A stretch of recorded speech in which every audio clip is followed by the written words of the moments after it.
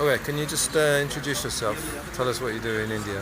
Hi, my name is Shivam. I live in a city called Delhi. I come from a small town in Gorakhpur, which is near Varanasi.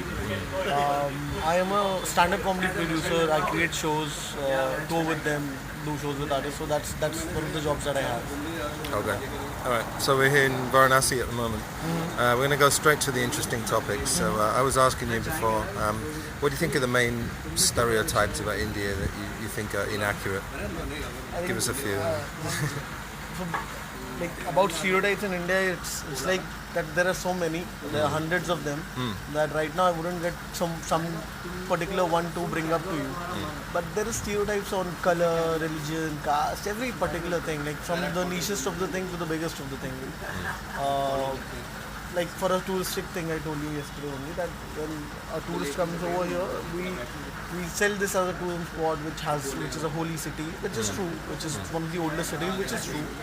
But about the peacefulness and everything, that you get peace over here.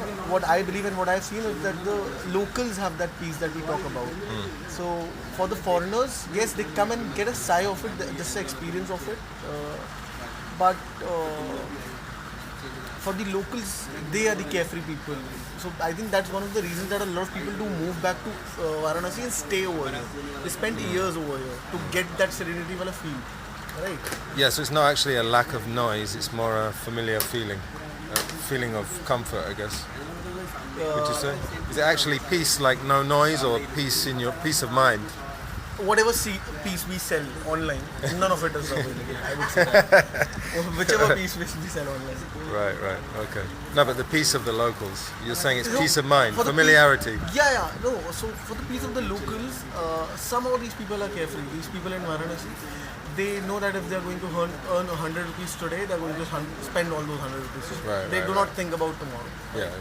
This comes from the city. It's not a very cost-heavy city. It's a cost-effective city. It has been managed and created to their own suitings, right?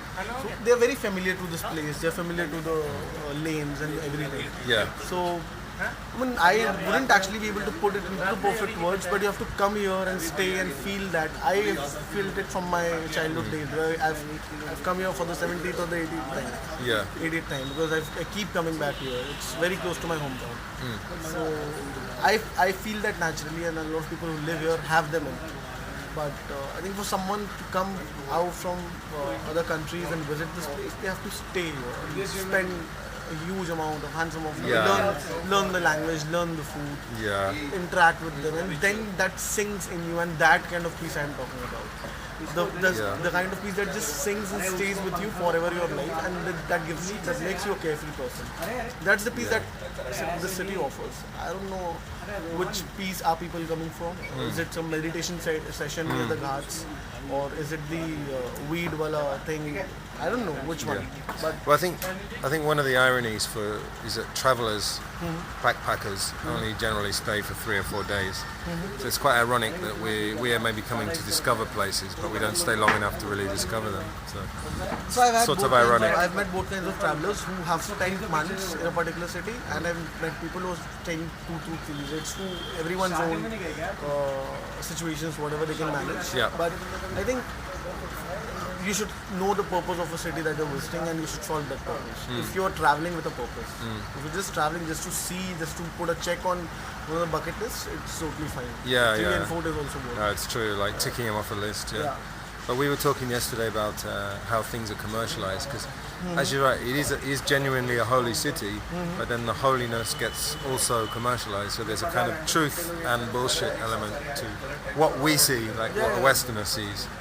But I mean, I was saying to you, it's true, like when people go to London, the royal family are used a lot for tourism, you know, and one of the arguments for keeping the royal family is that they make money for the country, because there's a lot of people in England who don't think that we need a royal family.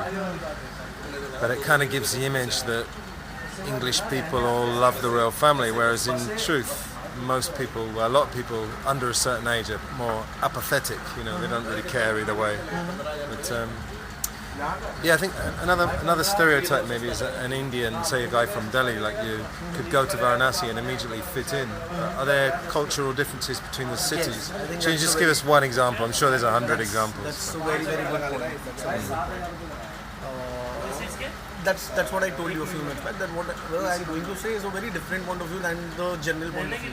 If you talk to some other person, you might not get the same kind of reaction or with the same kind of communication and everything. But yes, I mean, one of the examples that we have is this guy who doesn't fit in actually. He doesn't know how to socialize. That's also because of the kind of upbringings and situations we're living in. It's a very diverse society. There is no standard pattern to raise up a child. Yeah. There is no standard pattern or guideline or any understanding or expectation to live a life, to raise life in every way. Everyone is doing their life in their own way, from their parents to the child itself. But could you think of like an everyday cultural difference between, say, Varanasi and Delhi? Is it? I mean, I guess it's a smaller place for a start. No, but again, it's about that being a metro city. So the people, they start moving as early as possible towards their offices. Yeah, and always in a rush. Yeah, they are into their 9 to 5 jobs plus 4 hours extra, whatever they time for the time they take. They need to do all the traveling and everything. Here, even if for example, my brother, he works at a pharmaceutical company. So he leaves his office at about 10. He reaches it at about 10:30. He relaxes. So that kind of easiness is there in the life over here. Yeah. Which is one of the starking factors about Varanasi. Like the people being so easy on life. Well, I found that a little bit in Thailand actually. When I was in Bangkok, Bangkok is a big city and there's a lot of noise and everything. But in a funny way, I felt strangely relaxed. I didn't really feel like under any pressure there. It's a funny thing. Another thing about Delhi and Varanasi, I'll tell you. Go on, yeah. In Delhi, cursing is something which could create a scene. Yeah, like cussing swearing. Swearing could create a scene even anywhere. But here you'll see people outside on the roads, to other people, to random people, to people who they know, cussing and swearing like anything. Yeah. And that's become a flavor of this city, cussing, strangely so. We, while sitting here and talking and like with these guys, I was cussing a lot and they were cussing a lot. But we might not be doing it in Delhi to random people or just so loudly, only because we feel that maybe societal pressure or and it's wrong. I'm not saying that it's right, it's not to be justified. But when we sit here, because everyone is doing it and that's just a part of the way they live, that it is so common. That's one of the another differences in cities. Like go on and on about metro cities and tier towns. But I think this is one of the starting ones. I mean, the difference is the same, in any country. Like, big city people tend to be considered a bit uptight, you know what I mean? Like a little bit wound up, too tight, not carefree enough compared. I think that's true. Maybe the lesson for the listeners is just that there's sort of different cultural or regional differences that are the same in any country, so not so different. Well, let me ask you something like, the traffic. Yesterday we were in the traffic and it just, every day, I've been here for 5 days, and every day the traffic blows my mind more and more. And I guess, again, someone coming from outside would say, oh, well, Indian people are kind of walking around as if it's normal, but did you grow up surrounded by traffic? Is that like a reality of India? Yeah, we grew up. So it's not that you think it's normal, it's normal for you? We know that it's not normal. Right. We know that. Okay. Because we have experienced this in our metro cities when we visit that. Yeah. And in a lot of other cities as well, not just metro, the tier down cities as well. But this is something, a way of our life. Ideally it shouldn't be, but if you remove it, I don't know how Varanasi will look. If you just stop all those vendors on the sides of the street, and if you just remove all the kiosks that is out there, if you just make it an organized city, I don't know how Varanasi would look. That's something I fear the most. I fear most than what is happening right now. For traffic, what I have understood about, so I have lived in 3 cities in the past 3 months. And Which ones? So I have lived in Delhi for about 7-8 years. I just came back to my hometown 3 months back to Varanasi, to Gorakhpur. So now these are 2 cities and this is the 3rd city.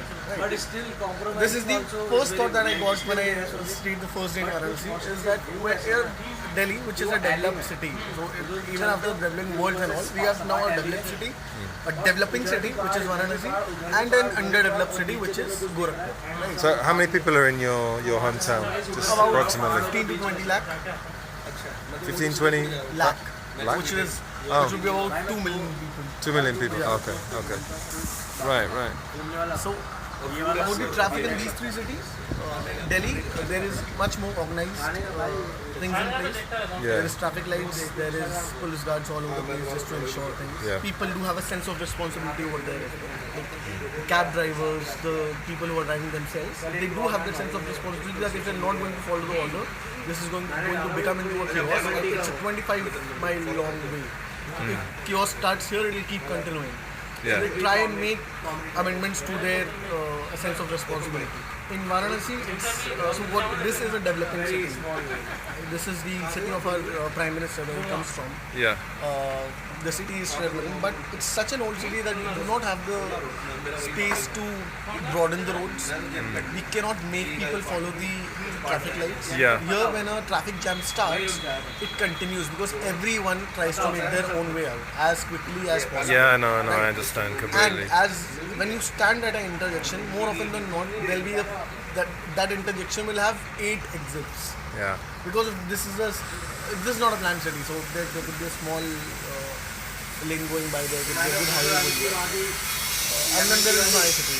And when here people start honking, honking again, I don't get this honking thing there in Delhi. People don't honk there.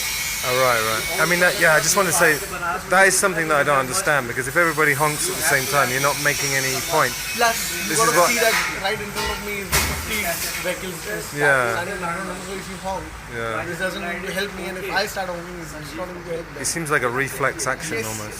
Yeah.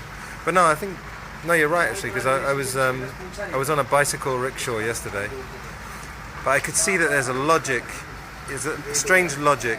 Because like you say, if everybody's going one direction, if you stay in one lane, you're not going to get anywhere. So you have to do the same thing. So I understand the logic about it. All right, maybe one more thing. What can we talk about? I don't know. Is there any message you can leave a visitor coming to India? Or is that a silly question? No, it's not at all. I mean, India is a place to come and visit. It's just that I would say that take out some time and spend your time over here. Just don't come and visit as a visitor and just see and leave. Like for Varanasi, come and stay. Like I met a few travelers in Jaisalmer, which is in Rajasthan. Jaisalmer, yeah.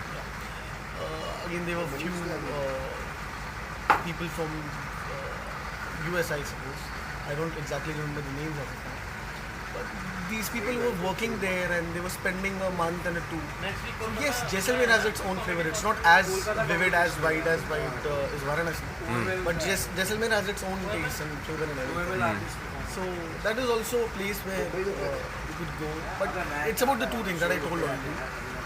Stay and spend that and live that life over here into the cities that are running with a purpose. Like go to Taj Mahal, go to Agra and see the Taj Mahal and leave. I'm not saying to go to Agra and stay there for 20 days to understand Taj Mahal. And don't go to Delhi and stay for 20 days just to see the monuments. Right? But when you come to a city like Varanasi, when you go to a city like Haridwar or Rishikesh or Jaisalmer, just go to the cities and learn their culture. Because we as an Indians, we born in this country, every 200 miles we travel, the dynamic changes. Yeah. The ethnographic changes, the demographic changes, the language changes, the behavior changes, and you got to get all of your into your skin. So that is very vivid about this country, and everyone should travel, but spend some time in our country. Yeah. All right, wonderful. Okay, thank you very much. This is going to go on YouTube, so put some links to your work if you want. Yeah, sure. I can put it in the notes. We will connect them. Yeah, send me everything and then we'll do that. All right, thanks very much.